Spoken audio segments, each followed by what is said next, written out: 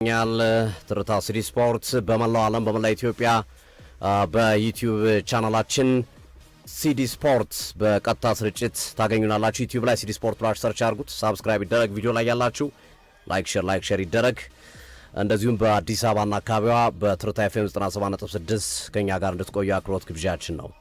አብረናችሁ እንቆያለን፣ እንቀጥላለን። እስከ 8 ሰዓት ድረስ አብረን የምንቆይ ነው የሚሆነው። ቀጣይ የአውሮፓ ሻምፒዮንስ ሊግ የዛሬ ምሽት ጨዋታዎች ይጠበቃሉ። ከነዚህ ጨዋታዎች መካከል በቀጣይነት የምንመለከተው የክለብ ብሩዥና የአርሰናልን ጨዋታ ነው። ይሄ ጨዋታ ያው ወሳኝ የሚሆነው ለክለብ ብሩዥም ለአርሰናልም ለሁለቱም ወሳኝ የሚባል ጨዋታ ነው። ምክንያቱም አርሰናል የዛሬውን ጨዋታ ማሸነፍ የሚችል ከሆነ አንደኛ ሆኖ የማለፉን እድል ከሞላ ጎደል ያረጋግጣል። ሁለት ጨዋታ ያለው ከሞላ ጎደል ያረጋግጣል። በቁጥር ደረጃ አይደለም፣ በሳቤ ደረጃ። ምክንያቱም የዛሬውን ጨዋታ ካሸነፈ 18 ነጥብ ይገባል። የመጨረሻው ጨዋታ ከካይራት አልማቲ ጋር ነው። መሃል ላይ ኢንተር ሚላን አለ። በኢንተር ሚላን ቢሸነፍ እንኳን ኢንተር ሚላን ሁለት ጨዋታ መሸነፉን ተከትሎ ቀሪ ሁለት ጨዋታውን ቢያሸንፍ ኢንተር ሚላን ትልቁ ነጥቡ 19 ነው። 18 ነው፣ ይቅርታ 12 አለው፣ 6 ጨምር 18 ነው የሚሆነው። አርሰናል የዛሬውን ጨዋታ አሸንፎ የመጨረሻውን የካይራት አልማቲን ጨዋታ የሚያሸንፍ ከሆነ 21 ነጥብ ይገባል። ባየር ሙኒክም ቀሪዎቹን ሁለት ጨዋታ ቢያሸንፍና አርሰናል በኢንተር ሚላን ቢሸነፍ ተመሳሳይ 21 ነጥብ ቢሆንና እርስ በርስ በተገናኘ ነው በሻምፒዮንስ ሊጉ አርሰናል አንደኛው ነው ያልፋል ማለት ነው። ይሄ ጨዋታ ለዛ ነው ለአርሰናል ወሳኝ ነው ተብሎ የሚታመነው። የዛሬውን ጨዋታ ማሸነፍ በኢንተር ሚላን በሳንሲሮ ጊሲፒ ሜዛ የሚመጣው ውጤት የሚሆነው ነገር ለአርሰናል አሳሳቢ ያደረግበት አንደኝነት ደረጃውን አያስነጥቀውም ማለት ነው። ኢንተር ሚላን ቢሸነፍ የዛሬውን ጨዋታ ካሸነፍ ካይራት አልማቲን በሰፊ ውጤት ማሸነፍ ብቻ ነው የሚጠበቅበት። 4-5 አግብቶ ማሸነፍ ጎል ዲፈረንስ ጠቃሜታ ካለው ምናልባት ዛሬ ፒኤስጂ ካሸነፈ ማድሪድ ካሸነፈ ሁለቱም ቡድኖች ማክሲመም 21 ነው የመድረስ እድል ያላቸው። አርሰናልን በኢንተር ሚላን ተሸንፎ ዛሬውና የመጨረሻውን ጨዋታ ካሸነፈ 21 ነጥብ ይደርሳል። ጎል ዲፈረንስ ነው የሚታየው። አሁን ካለው ሁኔታ አንጻር አርሰናል በጎል ዲፈረንስ የተሻለ ነው። ከዚህ በኋላ የሚገጥመው ቡድንም ካይራት አልማቲ እንደመሆኑ የመጨረሻው ብዙ ጎል ያስቆጥራል ተብሎ የሚጠበቅበት ጨዋታ ነው። ሌሎቹ በንጽጽር ብዙ ጎሎች ያስቆጥራል ተብሎ አይጠበቅም የሚያገኟቸው ቡድኖች ጋር። ስለዚህ ያንን መሰረት አድርጎ የዛሬው ጨዋታ አርሰናል አንደኛ እንዲወጣ ወሳኝ ጨዋታ ነው ለአንደኝነት። የዛሬውን ጨዋታ ካሸነፈ አርቴታ ደረቱን ነፍቶ አንደኝነቱን የሚያረጋግጥበት ነው ኦልሞስት ማለት ነው። ከዛ አንጻር ጠቃሚ ጨዋታ ነው ለአርሰናል በጣም። ክለብ ብሩዥ ደግሞ በሻምፒዮንስ ሊጉ ፌዝ 27ኛ ደረጃ ላይ ነው ያለው። ዛሬ ካሸነፈ ክለብ ብሩዥ ወደ 24 ውስጥ መግባት ይችላል። 24 ውስጥ ከገባ ደግሞ ጥሎ ማለፍ ውስጥ ይገባል። በዚህኛውም አቅጣጫም ለክለብ ብሩዥም ይሄኛው ጨዋታ ጠቃሚ ሆኖ እንመለከተዋለን። ስለዚህ ሁለቱም ቡድኖች በተለያየ አቅጣጫ ይህን ጨዋታ በወሳኝነት ያዩታል። ይሄ ቤልጂየም ክለብ ብሩዥ በቤልጂየም እግር ኳስ እጅግ ስመጥር ከሚባሉና በዋንጫ ከደመቁ ክለቦች መካከል በተደጋጋሚ በአውሮፓ መድረክ ከሚሳተፉ ትልልቅ ክለቦች ውስጥ የሚጠቀስ ነው ለቤልጂየማውያን። በቤልጂየም ምድር ክለቡ ለምሳሌ ቅድም እያነሳን ነበር፣ ሪያል ማድሪድ ውጤት ሲያጣ እንደማይታገሰው ትልልቆቹ የአውሮፓ ክለቦች ውጤት ሲያጡ እንደማይታገሱት እዚህ ክለብ ላይም ትዕግስት የለም። አሰልጣኝ ቢያንስ የሀገሬውን ሊግ የማሸነፍ ግዴታ አለበት። አንድ አሰልጣኝ ክለብ ብሩዥን ሲይዝ ከዛ ያነሰ ውጤት ካስመዘገብክ ትሰናበታል። ለዛም ነው በቅርቡ ኒኪ ሃየን የተባሉትን አሰልጣኛቸውን ያሰናበቱት።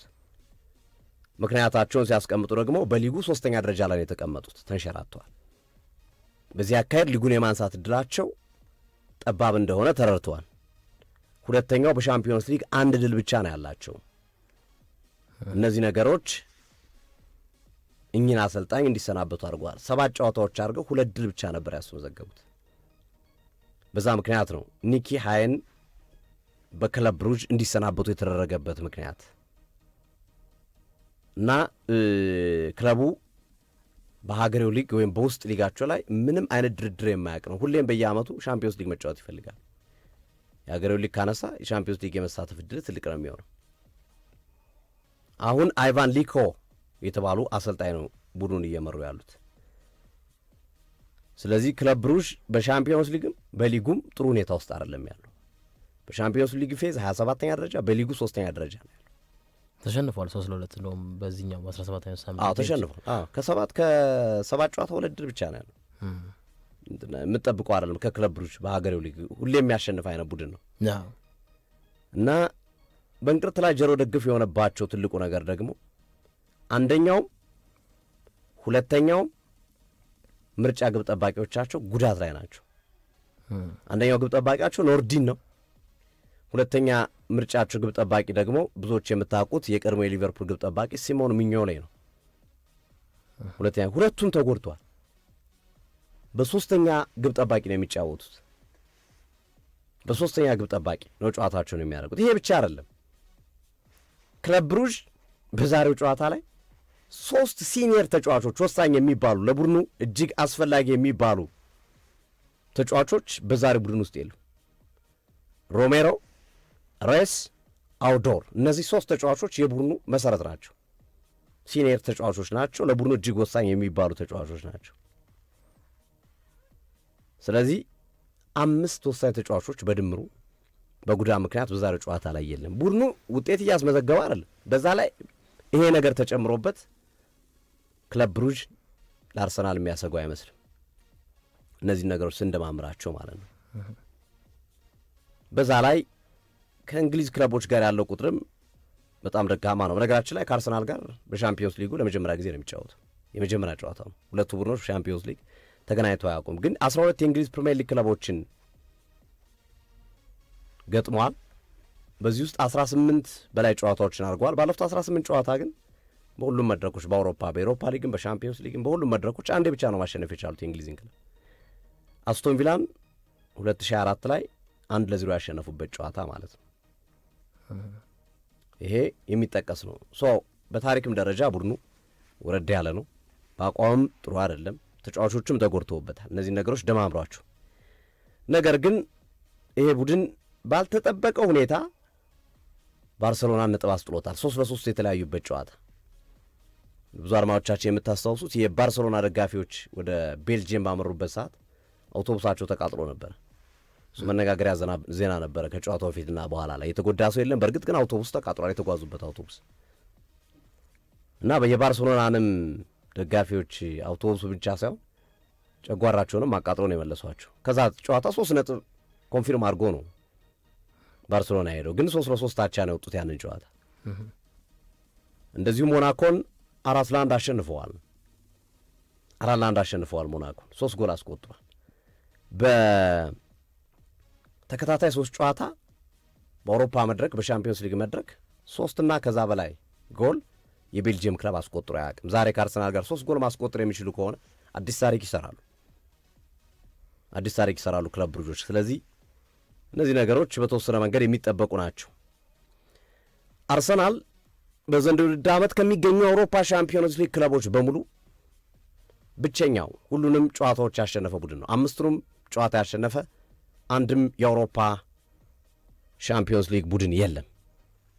ከሪያል ማድሪድ እስከ ኢንተር ሚላን፣ ከፓሪስ ሰን ጀርመን እስከ ባየር ሙኒክ አለን የሚሉት ቡድኖች በሙሉ 5 ተከታታይ ጨዋታዎችን አላሸነፉም።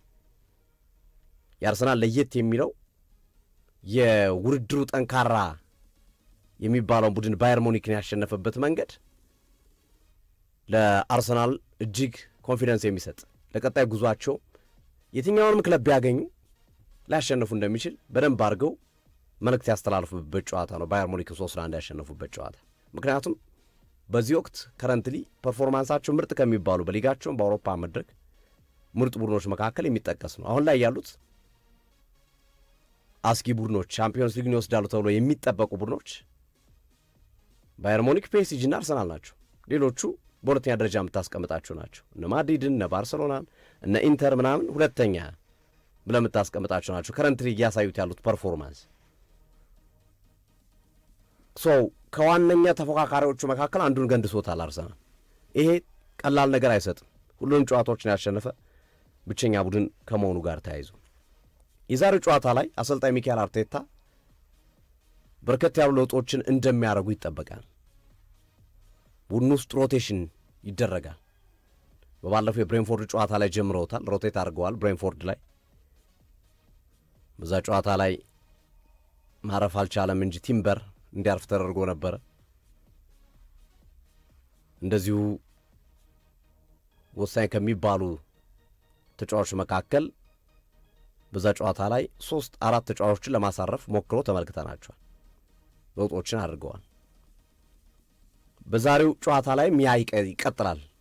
በዛሬው ጨዋታ ላይ ለምሳሌ ዛሬ አርሰናል ኢንተር ሚላንን ቢያገኝ በእርግጠኝነት የማያርፉ ተጫዋቾች ረፍት ይሰጣቸዋል። እንደ ራይስ አይነት ተጫዋች ራይስ አርሰናል አስቶን ቪላን ሲገጥም ከነ ጉዳቱ ነው የገባው። ነገር ከነ ህመሙ ነው እንዲጫወት የተደረገው ወሳኝ ጨዋታ ስለሆነ ለሊጉ ጉዞ።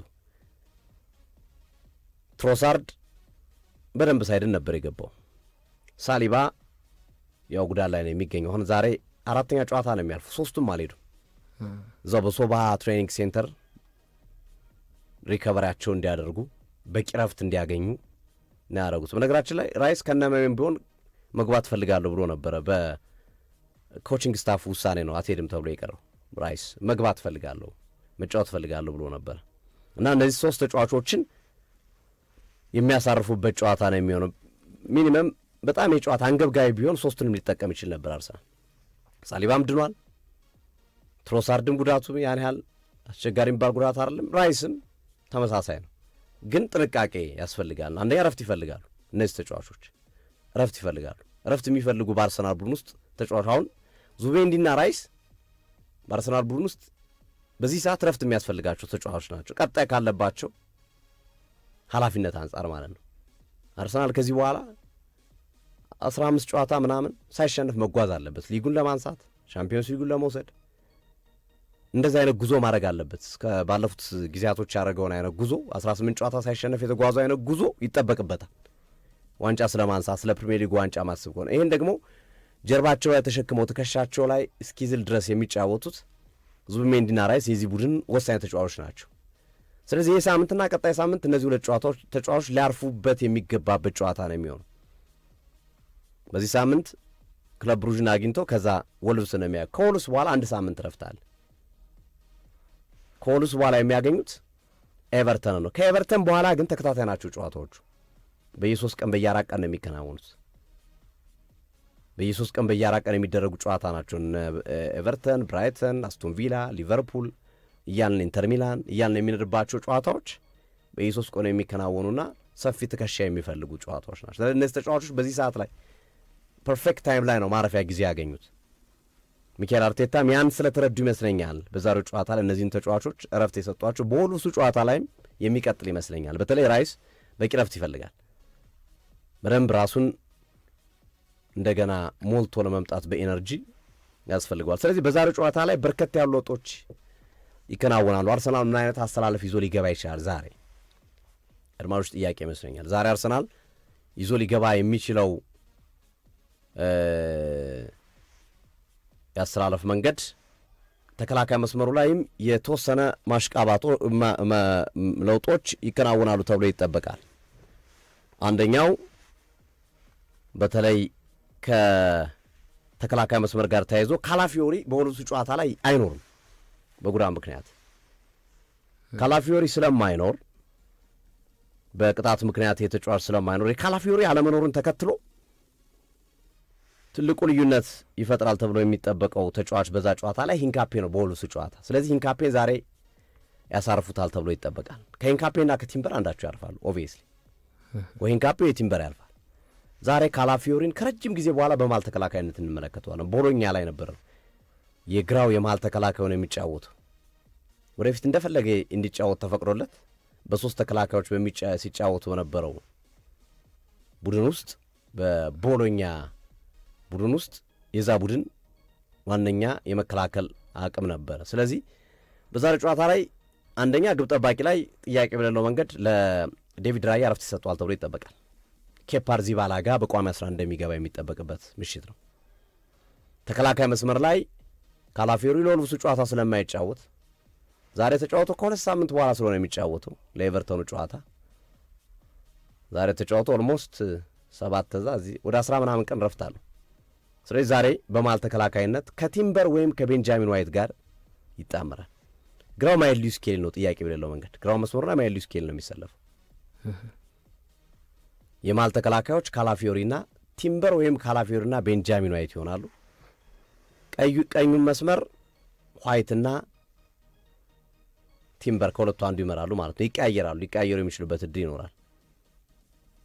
ቲምበር ባለፈው የአስቶን ቪላ ጨዋታ ላይ በትልቁ የተነሳበት ጥያቄ የመሃል ተከላካይ ሆኖ መጫወት አይችልም፣ ዲዩሎች ላይ ጥሩ አይደለም፣ የአየር ላይ ኳሶች አንድ ተከላካይ ወሳኝ ናቸው። የመሬት ለመሬት ኳሶች አያመልጡትም፣ ግን አየር ላይ ኳሶች ረጃጅም ተጫዋቾች ይገጩበታል፣ ከፍተኛ ዝላይ መዝለል የሚችሉ ቤን ዋይት እንደዚህ አይነት አቅም አለው፣ በዲዩሎች ላይ የተሻለ ተጫዋች ነው። ስለዚህ ቦታቸውን ሊቀያይሯቸው ይችላሉ። አለበለዚያ ግን ቤን ዋይትን በቀኝ አድርጎ ምናልባት ሄንካፔ እንዲጫወት አድርጎ ካላፊዮሪ ጋር ግራ መስመሩ ላይ ማይል ሉዊስ ስኬሊ ሊያደርጉ ይችላሉ። ሜጀር ለውጡ የአርሰናል ሁሉንም አማካኞች ይቀይራሉ ተብሎ የሚጠበቀው አማካኝ መስመሩ ላይ ነው። ሁሉንም ተጫዋቾች በዚህ ሂደት ውስጥ ዙሜንዲ፣ ራይስ እና ኢዜ ናቸው አይደል የአርሰናል ምርጫ ኦዴጋርድ እስከመጣበት ጊዜ ድረስ ስቲልም እሱ ይመስለኛል የዚህ ቡድን ምርጫ። ስለዚህ ሶስቱም አይኖሩም። በእነሱ ምትክ በዛሬው ጨዋታ ላይ ኖርጋርድ የስድስት ቁጥሩ ሚና ይዛል። ኦዴጋርድ በቀኝ ይጫወታል። ኖዋኔሪ ወይም ሚካኤል ሜሪኖ በግራው የአማካይ መስመር ላይ ይጫወታል። ስለዚህ ኖርጋርድ ኦዴጋርድና ሜሪኖ ወይም ኖርጋርድ ኦዴጋርድና ኖዋኔሪ ሊሆን ይችላሉ አማካኙ። ጥያቄ በሌለው መንገድ ዛሬ ለዮኮሬሽ ሙሉ 90 ደቂቃ ዕድል እንደሚሰጠው ይጠበቃል፣ ፊትነሱ እንዲያመጣ። ኦዴጋርድም ተመሳሳይ ነው፣ ለፊትነሱ ነው ዛሬ ኦዴጋርድም እንዲገባ የሚፈለገው ራሱን እንዲያገኝ። ከዛ ውጪ ግራና ቀኝ የመስመር ማጥቃት እንቅስቃሴዎች ጉዳት ላይ የነበሩት ማዱኬና ማርቲኔሊ እንደዚሁ የጨዋታ ጊዜ እንዲያገኙ የሚጫወቱ ነው የሚሆኑት። ማርቲኔሊ ዛሬ በአርሰናል ማሊያ ጎል ማስቆጠር የሚችል ከሆነ በአምስት ተከታታይ ጨዋታዎች በአውሮፓ ሻምፒዮንስ ሊግ መድረክ በ5 ተከታታይ ጨዋታዎች ለአርሰናል ጎል በማስቆጠር አዲስ ታሪክ ይሰራል። ኢያን ራይትና ቴሪ ዳንሆኖሪ 8 ተከታታይ ጨዋታና 6 ጨዋታ ላይ በአውሮፓ መድረክ አስቆጥረዋል፣ ግን ሻምፒዮንስ ሊግ አይደለም፣ ሌሎች ውድድሮች ላይ ሻምፒዮንስ ሊግ ያልሆኑ ውድድሮች ላይ።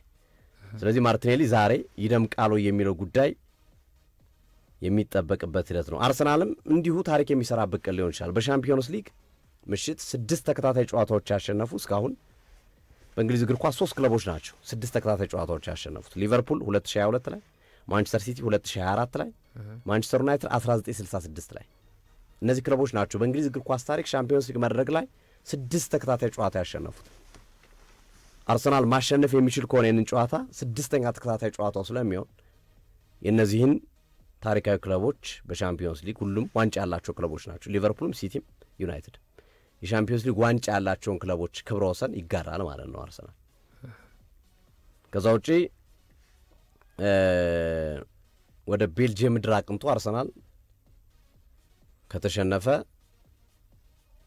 እንግዲህ ወደ 44 ዓመታት አካባቢ ተቆጥሯል። 1981 ላይ ዊንተርስበርግ በሚባል ክለብ ከተሸነፈ በኋላ ወደ ቤልጅየም ምድር መጥቶ አርሰናል ተሸንፎ አያውቅም፣ በቤልጅየም ክለብ ማለት ነው።